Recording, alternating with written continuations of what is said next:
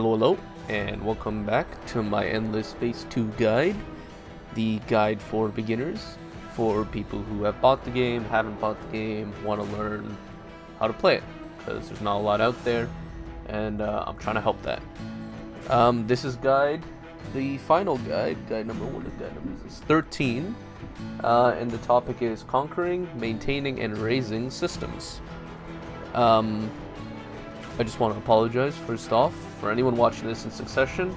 There's a lot going on in my life right now, and it's been a long time coming for me to pump out this last video, so let's just get right into it. So first off, I am in my United Empire playthrough, and here's the system that I just freshly conquered. It was just last turn. Let's get that out of the way. Right. Oops. Okay, so first off, as you might imagine, when you conquer systems, when you complete a ground battle, an offensive ground battle, you conquer a system. Where is this? No, I'll find it, guys. I'll find it. What am I looking for right now? Jesus. Right, it's in this screen. Sorry. So, when you look into your approval, right, this is just my system approval, the one I just conquered. Maybe that's better. Hold on. Something like that. I also just conquered that. Something like this. So if you go through and you read each and every one, you could see that I'm losing approval over overpopulation and over colonization. As you might have imagined, when you conquer systems, that goes into your overall empire, and as such you lose approval over that.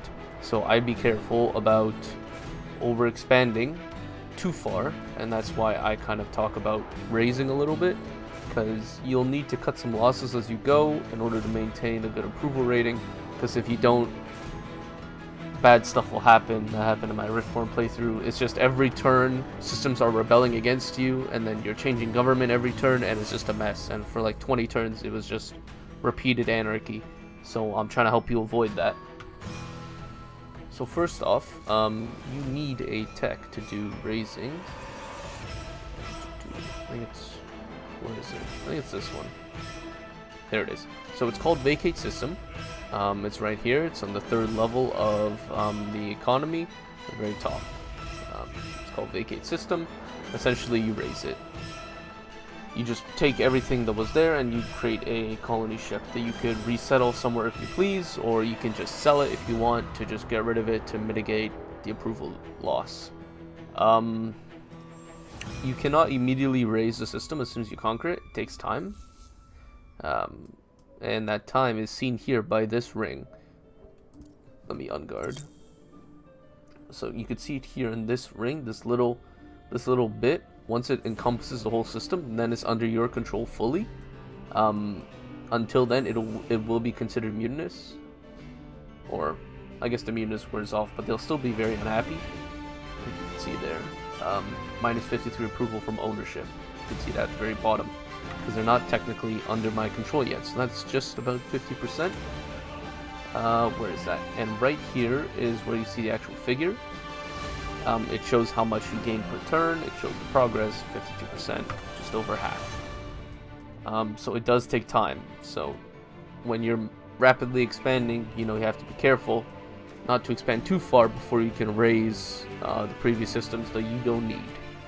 And I mean, personally, I would just say you choose systems to keep based on strategic resources it gives, if there's a special planet on there, or any just kind of luxury resources that you desperately need because maybe you accidentally messed with your system approval. Maybe you used mushrooms and you didn't realize that you only had 5 in your empire. So I should also warn you, when you are fighting, when you're in a war, here, this is a good example. So when you're fighting a war, this little peace symbol is called, it's a peaceful conversion, and you have to have, I think it's this one. Yeah, right? Yeah, so you have to have SLC super light content what is that? It's tier 4. It's third from the bottom. It's basically in the middle. Under the, what is that system? Empire development. So you have to have that tech. And basically what that does is when your cultural bubble encompasses enemy systems, you slowly start converting them based on how much influence you have over them. A good way to nullify that is to declare war on them, because then it's not a peaceful conversion, it's now an aggressive conversion, and it'll stop. So if I declare war on blue, who's blue? Orlov. Okay, the other United Empire guy. So if I declare war on him, he will actually, the peaceful conversion will stop. So, where is a good example of this? So let's say I'm invading them. It takes a little bit for their influence bubble to kind of back down once you start taking over their systems. So if you immediately make peace with them, you might also lose the system very quickly to peaceful conversion. And you won't be able to start the fight again until 10 turns. So what I'm trying to say here is if you're conquering systems in their territory, make sure the bubble disappears before you declare peace on them, or just don't declare peace. Don't like sign any treaties with them. And that's the other thing. Is there an example here? No, there isn't. So the other thing that you'll notice as the war progresses and as you start winning, the AI will try and make peace with you. They'll give you offers that you'll see. First off, they'll send you an offer and it'll look like this, like a standard. Speak quickly. Stop speaking. Shh. You'll see it standard like this, like a standard trade deal. They will offer you manpower, let's say, for just a treaty. So if you refuse that, there's no downside to that. But also, they'll send you a little diplomatic window saying, you know, hey, we can give you gold per turn. Depending on how rich I am and how well, and how much of the war you're winning, depending on that. And if you refuse that, it will cost influence. Right now I have a lot to work with, so I'm not really concerned about that. But if you're not playing the United Empire, you might have a limited amount of influence. So it's just something to be concerned about. So they might force you into, a treaty. And then they'll retake your system. So it's kind of difficult. You have to move quickly. So next, I'd like to talk quickly about about manpower. So I tried to explain it in my other video and how that works. If I didn't do a good enough job, please say something in the comments, because I know it's kind of a fuzzy topic and it's kind of difficult for me to explain. So here is my Empire manpower. You can see the plus 1,000 from systems, minus 2,000 from fleets/systems. That's because I conquered a bunch of systems. So right now you'll notice, right, I have 4% ownership of the system, and it says my max capacity under efficiency, it says 100%, 42 out of 42. That's obviously not a lot. That they have all the defense buildings. I just conquered the system, so they have all the defense buildings, the one that increased defense capacity, so there should be more people. And the only reason why there are more people is because of that ownership percentage, the 4%. So compare that to a system like Hidel over here, which has 52% ownership. Their max capacity is 650. And something like, I'm not even going to bother to pronounce that one, their max capacity is 1300. And they're nearly done, 88%. Yeah, that's all I just want to say. So just the takeaway from that is freshly conquered systems, it takes time before they can increase their defense capacity. So it's very possible to just flip-flop back and forth between ownership if there's, fleets in orbit that are leaving and then conquering. Like, if you conquer the system and then leave, and then the defenders, the people who lost the system, come back and conquer and then leave, it could be like a real flip-flop situation. So just, you can't invade if there's a fleet in orbit, so just make sure you always have someone if you want to defend what you have. And also, I know I'm jumping all over the place, but I should also mention, I'm pretty sure I mentioned it also in a previous video, that you do get population bonuses, right? Let's see if I can remember how to find that screen. Here. So you do get the population bonuses, right? I should note that you do gain the bonus when you're conquering new systems. and the population that already exists there. A lot of people will leave just because they're being occupied and they're not particularly enjoying that. So you will lose population, but whoever remains, you keep them. Those are yours. And you will get quests based off that. You'll get these little collection status bonuses. That's my shredded, but you know, I conquered some Riftborn systems. I already have the 20 Riftborn population, so I'm getting these bonuses from them. And I suppose the last thing, maybe not the last thing, but another thing that I should mention is automation policy. So you might use this normally when you are just in your home system, home constellation, and you're just spreading, and you just want to, you know, keep it easy, keep it simple. So the automation policy is just right here. You can choose which buildings, which improvements get just, you know, built for each focus, right? And you have a wide array of choices. I should mention the only downside to this is this wrench, this system specialization. It will override whatever's here to best fit the automation policy, which is a little upsetting because I might conquer. Where did I conquer? Here. Like, I might take like this system. It's just one planet, nothing special about it. Or is there? Okay, the anomalies actually make it special. But anyway, it's just one planet, and the only reason why I'm here is because I want this deposit of Orichalix. Orca 6. I don't know.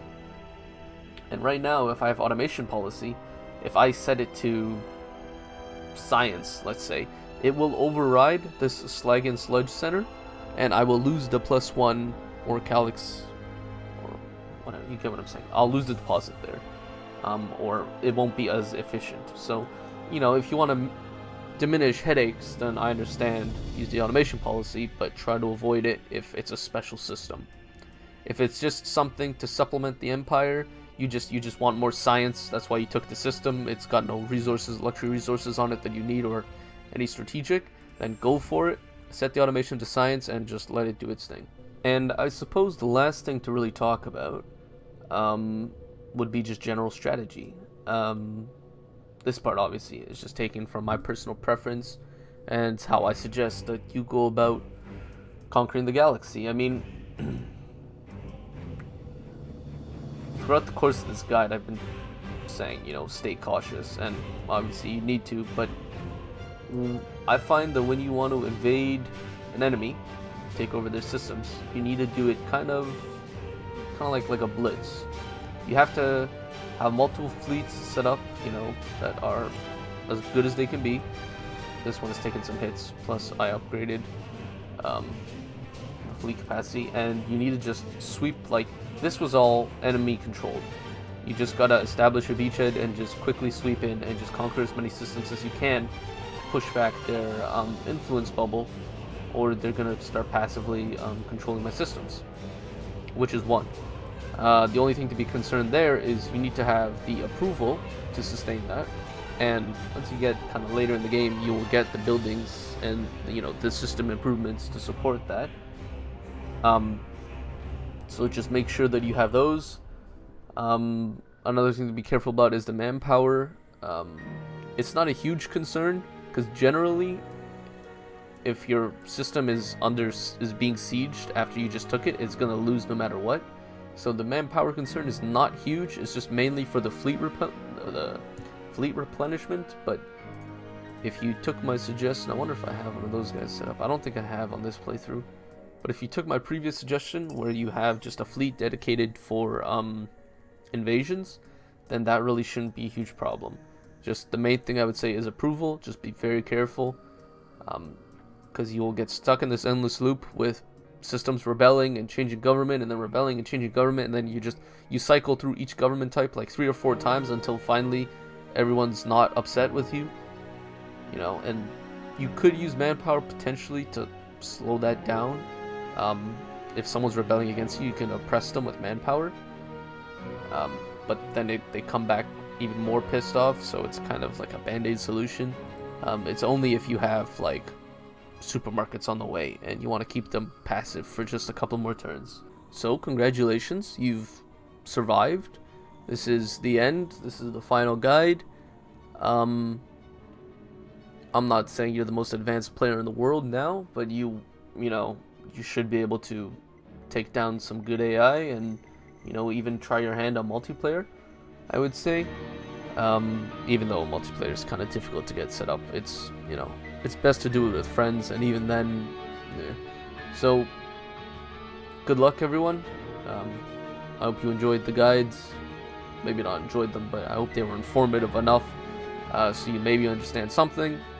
But I know I suck at explaining things, even though I'm making these. So, if you have any questions, please leave them in the comments. I don't know what I'm gonna do, but I want to do more guides for different games, kind of newer games. Yeah, I still don't know yet, but thank you for sticking with me, and, you know, all this good stuff.